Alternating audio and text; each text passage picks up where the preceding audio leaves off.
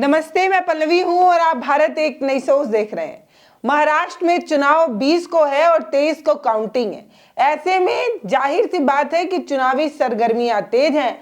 हर party का हर नेता चाहता है कि वोट हमारे पाले में गिरे, इसलिए बयानबाजी भी बहुत तेज है। इस बार बयानबाजी ऐसी दे दी है कन्हैया कुमार ने, जो मीडिया की सुर्खियां भी बन गई है और चर्चा का विषय भी। तो कन्हैया कुमार जो कांग्रेस के नेता हैं, उन्होंने क्या कह दिया है और ये चर्चा का मुद्दा क्यों बन गया है, ये आपको जानना जरूरी है। तो दरअसल कन्हैया कुमार जो हाजिर जवाबी के लिए जाने जाते हैं, इनका बोलने का जो तरीका है वो बड़ा अलहदा है, लोगों को बहुत पसंद आता है। कई बार कन्हैया कुमार बड़ी बड़ी बात इतने आराम से कह जाते हैं, या ये कह दें कि दाल में ऐसा तड़का लगा देते हैं कि स्वाद ही आ जाता है। कन्हैया कुमार महाराष्ट्र में चुनावी प्रचार में हैं कांग्रेस के लिए। उन्होंने मंच पर आकर ये कहा, अब जैसे आपको भी को पता है कि भाजपा इस बार के चुनाव में बटेंगे तो कटेंगे, एक रहेंगे तो सेफ रहेंगे के नारे दे रही है। मुख्यमंत्री, उत्तर प्रदेश के मुख्यमंत्री भी महाराष्ट्र और झारखंड में न जाने कितनी ताबड़तोड़ रैलियां कर रहे हैं। मोदी जी खुद इस तरीके की रैलियां कर रहे हैं, हालांकि अभी वो विदेशी दौरे पर हैं, लेकिन उन्होंने एक दिन में 3-3, 4-4 रैलियां भी की हैं और हर रैली में आकर यही बात कहते नजर आते हैं। बीजेपी का पूरा एजेंडा एक रहेंगे तो सेफ रहेंगे वाला है, और एक में सेफ किन किन को कहा जा रहा है ये भी हमने आपके साथ एक वीडियो में साझा किया था, स्क्रीन पर नजर आ रहा होगा। कई जातियों का नाम लेकर मुट्ठी बांधकर ये बताया गया कि इन जातियों को एक रहना है और एक मुस्त होकर बीजेपी को जो है वो वोट देना है। अब उसी पदचिन्ह पर देवेंद्र फडणवीस भी जो है वो चलते नजर आए। पूर्व सीएम है और अभी डिप्टी सीएम है, बीजेपी के लिए प्रचार कर रहे हैं और अपने फिर से मुख्यमंत्री बनने के लिए जो है वो दाव खेल भी रहे हैं। अब इनकी जो पत्नी है अमृता फडणवीस, उनको लेकर जो है कन्हैया कुमार ने मंच पर आकर ऐसा क्या कहा कि मीडिया सुर्खी बन गई। तो दरअसल देवेंद्र फडणवीस हमेशा हर मंच पर कहते हैं कि वोट जिहाद हो रहा है और मुसलमान जो है वो अधिकतर वोट जो है वो कांग्रेस को देते हैं, इंडिया अलायंस को देते हैं और इस तरीके के अलायंस को देते हैं। तो आप लोगों को एक साथ आकर बीजेपी को जिताना होगा, एक साथ होना होगा, बटना नहीं होगा, क्योंकि अगर आप बटेंगे तो आप जो है वो काटे जाएंगे या कट जाएंगे, इस तरीके की बात वो कहते हैं। वोट जिहाद जैसी बात करते हैं और धर्म युद्ध तक की बात देवेंद्र फडणवीस मंचों पर कह चुके हैं।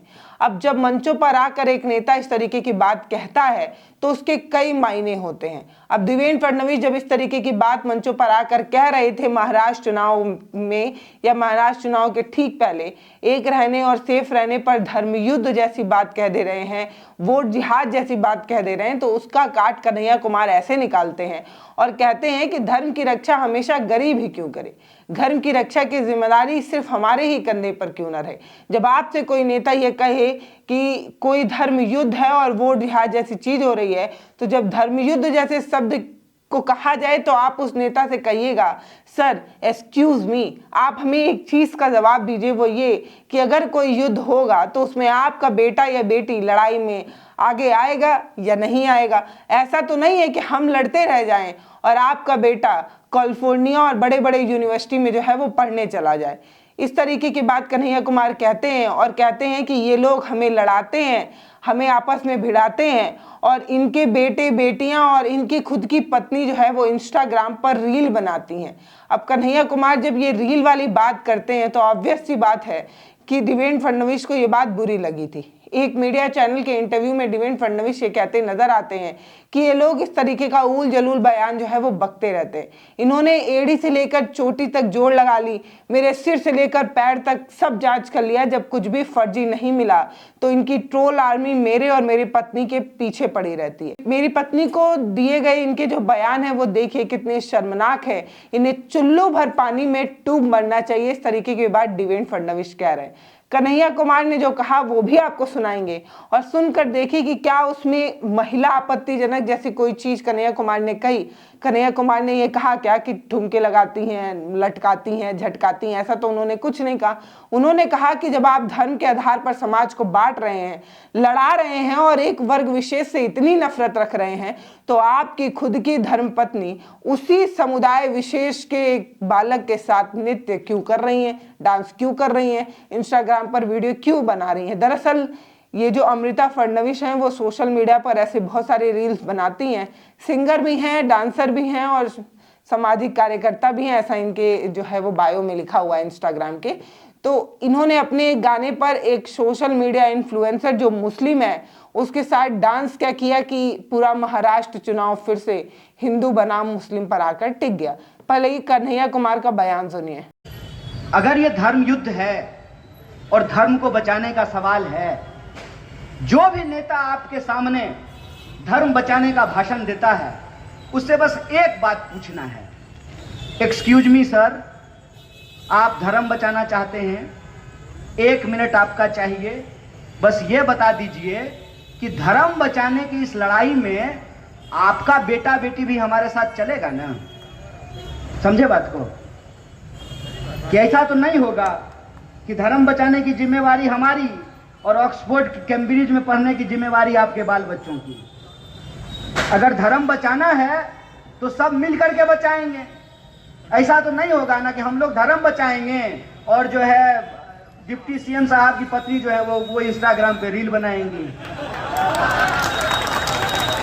कन्हैया कुमार कहना ये चाहते हैं कि ये नेता अपने व्यक्तिगत जीवन में, चाहे देवेंद्र फडणवीस हो चाहे अमृता फडणवीस हो, ये नेता अपने निजी जीवन में किसी हिंदू मुसलमान का भेद नहीं रखते हैं, लेकिन जब ये मंच पर खड़े हो जाते हैं तो इन्हें हिंदू मुसलमान की याद भी आ जाती है और एक समुदाय विशेष से नफरत भी हो जाती है। एक धर्म विशेष के लिए आग उगलना और बटेंगे कटेंगे, धर्म युद्ध और इस तरीके की बात कहते नजर आते हैं।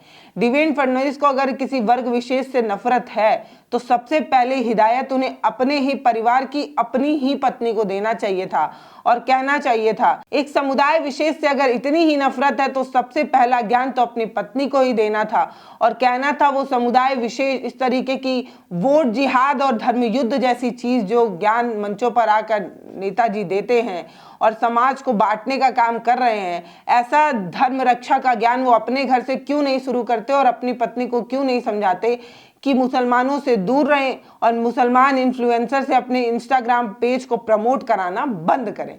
और सबसे बड़ी बात ये कि जो भी ये सोशल मीडिया इन्फ्लुएंसर हैं जिनके साथ अमृता फडणवीस डांस करती नजर आ रही है, ये वीडियो अपने आप में सुर्खियां बटोर रहा है और बड़े सवाल यही कर रहा है कि 80 बनाम 20 की राजनीति आम जनता के लिए, आम जनता को आप एक समुदाय विशेष से नफरत करना सिखा रहे हैं, उससे चिढ़ना सिखा रहे हैं, जलना सिखा रहे हैं और अपना इंस्टाग्राम पेज प्रमोट कराने के लिए, अपना गाना प्रमोट कराने के लिए उसी समुदाय विशेष के एक लड़के के साथ डांस करती अमृता फडणवीस ठीक नहीं लगती।